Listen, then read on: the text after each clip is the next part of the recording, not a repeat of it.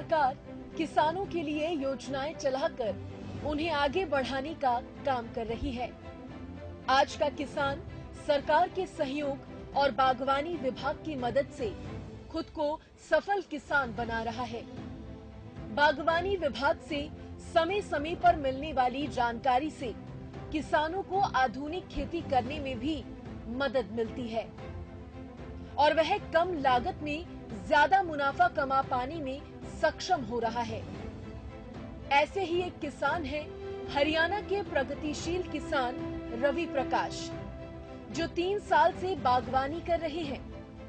वह बताते हैं कि बागवानी की शुरुआत उन्होंने कीनू, मौसमी, रेड माल्टा, संतरा और नींबू से की थी, जिसमें उन्हें करीब 15 से 20 हजार रुपए की लागत आई थी और इसमें उन्हें हरियाणा सरकार की तरफ से सब्सिडी भी मिली थी। किसान रवि बताते हैं कि बागवानी करने वाले किसानों को सरकार सब्सिडी देकर उनकी पूरी मदद करती है। इसके साथ ही प्रगतिशील किसान रवि इंटरक्रॉप फसलों की भी खेती करते हैं। सबसे पहले तो आप सभी को मेरा नमस्कार। मैं अपने बारे में बताता हूँ। मेरा नाम रवि प्रकाश, पिताजी का नाम हरीश कुमार, गांव वड़प का रहने वाला हूँ सर। मैंने जो ये बाग देख रहे हो तकरीबन 3 साल पहले लगाया था सर। तो इसमें आपकी कौन सी वैरायटी आपने ये लगाई थी और कितनी लागत आई थी इसके ऊपर? उस टाइम सर मैंने इसमें ट्रायल बेस पे लगाया था। ये तकरीबन मेरे पास 30 एकड़ ज़मीन है, तो मैंने 2.5 एकड़ में ट्रायल बेस पे लगाया था कि हम लगा के देखें कौन कौन सी वैरायटी अपनी अच्छी कामयाब है। तो मैंने इसमें किन्नू, मौसमी, रेड माल्टा, संतरा वगैरह ये लगाए थे, नींबू लगाए थे सर। तो इस पे कितनी लागत आई थी आपकी? उस टाइम तकरीबन सर 2.5 एकड़ में तकरीबन सर 15 से 20 हज़ार रुपये के आसपास मेरी लागत आई थी सर इसमें। जी, तो इस पे हरियाणा सरकार से आपको कितना अनुदान प्राप्त हो चुके हैं? उस टाइम सर मेरे को तकरीबन 8,000 के आसपास, 9,000 के आसपास सब्सिडी मिली थी, जो 3 साल में मिलती है। अब जो सब्सिडी बढ़ा के हरियाणा गवर्नमेंट से 43,000 रुपये कर दी गई है। अब जो कोई नया बाग लगाना चाह रहा है कोई किसान भाई, तो उसको तकरीबन 23,000 रुपये तो फर्स्ट साल मिल जाएगी, पहले साल लगाने के बाद। उसके बाद नेक्स्ट ईयर फिर से 10,000 रुपये उसके रख रखाव के लिए, और 30 साल फिर से 10,000, मतलब टोटल 43,000 रुपये सब्सिडी उसको मिलेगी। 3 साल बाद बाग तैयार हो जाता है और प्रोडक्शन देना शुरू कर देता है, तो किसान की आमदनी शुरू हो जाती है। तो क्या आप इसमें कोई इंटरक्रॉप में भी फसल लेते हैं? हाँ, इंटरक्रॉप फसल लेते थे ना सर। इसमें हमने पालेज भी सब्जियां भी लगाई है। लास्ट ईयर सर मैंने सरसों लगाई थी, क्योंकि सरसों भी अच्छी होती है, वो निमाटोड के ऊपर काम करता है, तो मेरे को पता लगा, तो मैंने सरसों भी की बिजाई की थी। अब मैं इसमें सर तरबूज, अभी खेत तैयार करवा के इसमें अब फरवरी में तरबूज लगाऊंगा सर इसमें। तो इंटरक्रॉप के अंदर कितना लाभ आपको मिला? इंटरक्रॉप में पूरा लाभ मिलता है। बाग के साथ साथ तैयार हो रहा है, उसके साथ साथ मेरे को आमदनी मिल रही है, जो अलग से फसल लगा रहा हूँ उसका पूरा बेनिफिट मिल रहा है मेरे को, और साथ साथ मेरा बाग तैयार हो रहा है। लास्ट ईयर की हम बात करें तो उसमें कितनी इनकम हुई थी और क्या लागत आई थी इंटरक्रॉप में? सर लास्ट ईयर मैंने सरसों लगाई थी, उसमें तकरीबन सर मेरी इसमें 40-50 हज़ार रुपये के आसपास की सरसों हो गई थी जी। और उसमें लागत की बात करें तो हम लागत तो सर वही नॉर्मली 5-7 हज़ार रुपये के आसपास लागत आती है, जो भी नॉर्मल आती है वो। इसमें साथ साथ मेरे पेट तैयार हो गए सर, ये बेनिफिट था सर। खास बात यह है कि प्रगतिशील किसान रवि 30 एकड़ में खेती करते हैं, जिसमें से 10 एकड़ में वह जैविक खेती करते हैं। वह बताते हैं कि जैविक खेती से समय के साथ साथ प्रोडक्शन अच्छा होने लगता है, तो इससे इनकम भी अच्छी आती है। इसके साथ ही जैविक खेती करने से किसान की रासायनिक खाद पर निर्भरता भी कम होने लगती है, जिससे लागत में कमी आती है। फसलों की उत्पादकता में वृद्धि होती है। बाजार में जैविक उत्पादों की मांग बढ़ने से किसानों की आय में वृद्धि होती है। जैविक खाद का उपयोग करने से भूमि की गुणवत्ता में भी सुधार आता है।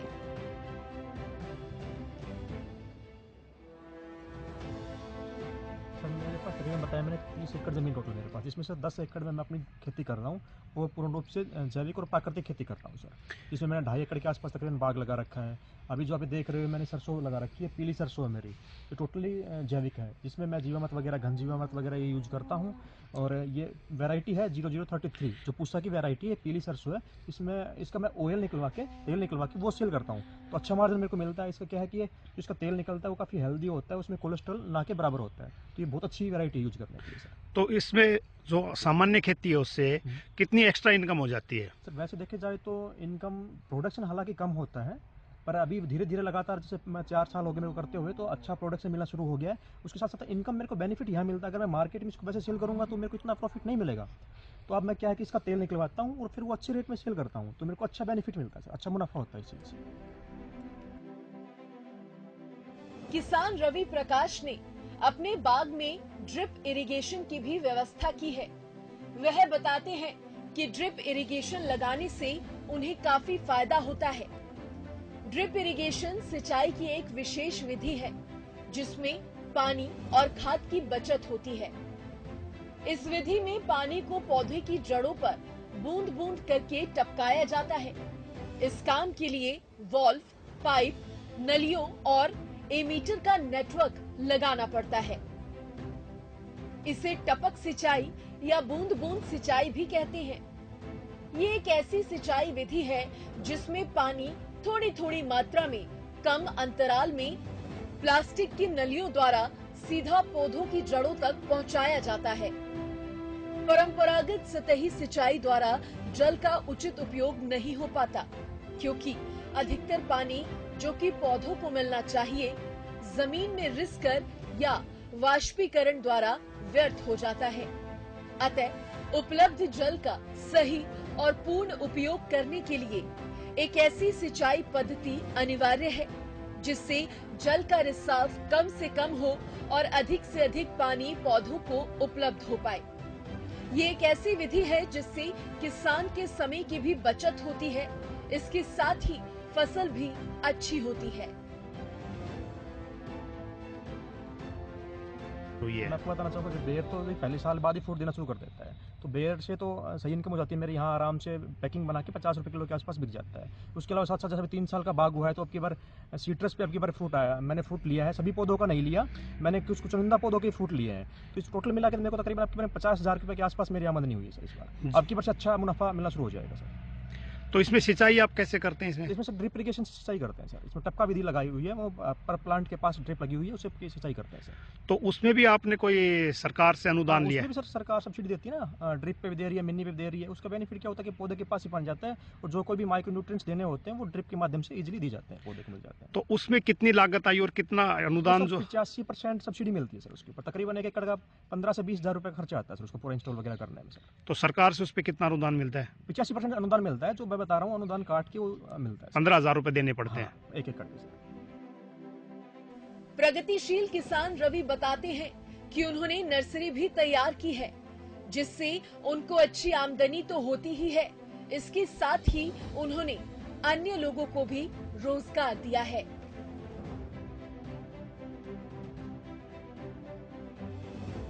सर ये नर्सरी आपने कब तैयार की थी और इसमें क्या लागत आई थी? नर्सरी सर मैंने स्टार्टिंग की थी सर तकरीबन आज 2 साल पहले शुरुआत करी थी।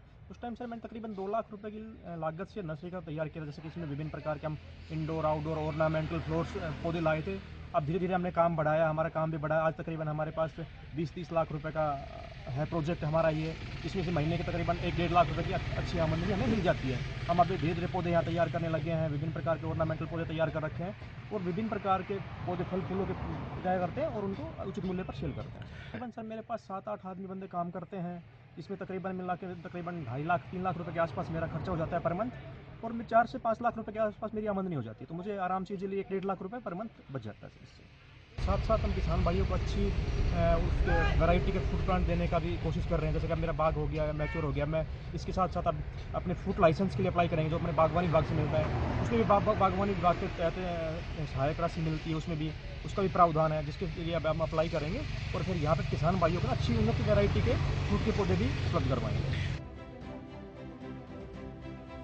प्रगतिशील किसान रवि प्रकाश कहते हैं कि हरियाणा सरकार किसानों की कदम कदम पर मदद करती है। किसानों को बागवानी विभाग के सहयोग के साथ ही सरकार की तरफ से सब्सिडी मिलती है। इसके साथ ही किसान रवि को सरकार की तरफ से मुख्यमंत्री प्रगतिशील अवार्ड भी मिल चुका है जिसमें उन्होंने 5 लाख रुपए की अनुदान राशि हासिल की। सरकार की तरफ से चलाई जा रही ये योजनाएं किसानों के लिए बेहद मददगार साबित हो रही हैं। देखो सर, मैं बताना चाहूँगा कि आपको अभी जो एक नई मुख्यमंत्री जी ने बहुत अच्छी योजना किसानों की लागू की गई, जिसमें कि प्रगतिशील, मेरे को मुख्यमंत्री प्रगतिशील किसान अवार्ड दिया गया था, जो कि पूरे हरियाणा में फर्स्ट प्राइज़ मेरे को मिला था। उनके लिए मैं उनका बहुत बहुत धन्यवाद करना चाहूँगा। उसके बाद बताना चाहूँगा उसके लिए कि आपको ना जो फील्ड, जैसे कि आपकी एनिमल हस्बेंड्री हो गई, पशुपालन क्या कर रहे हो, उसमें अलग अलग क्राइटेरिया, उसके अकॉर्डिंग मार्क्स मिले। बी कीपिंग के मिले, मैं बी कीपिंग करता था सर। उसके अलावा गोबर गैस प्लांट लगा रखा है, बायोगैस, वर्मी कंपोस्ट यूनिट, वो सब मेरे पास थी। हॉर्टिकल्चर का था मैंने सर, मैं बागवानी भी करता हूँ, कॉलेज भी करता हूँ, फिर एग्रीकल्चर का भी था, मैं जैविक खेती वगैरह करता हूँ। तो ये सब चीज़ें मिला के वो ओवरऑल उसका निकाला गया था। तो मैं सब चीज़ों में मैं अग्रणी रहा हूँ, मैं सब चीज़ों को फॉलो करता हूँ, जो भी नई नई तकनीक आती है उन सबको मैं फॉलो करके अपना खेती बाड़ी करता हूँ। तो उसके लिए मुझे सर्व अनुदान राशि दी गई थी। बदलते समय के साथ कृषि के क्षेत्र में बदलाव देखने को मिल रहे हैं। लोग समय और पूंजी को बचाने के लिए उन्नत कृषि उपकरणों का और उन्नत तकनीकों का इस्तेमाल कर रहे हैं। साथ ही सरकार की तरफ से मिलने वाले सहयोग से आज का किसान खुद को प्रगतिशील बना पाने में सक्षम हो रहा है।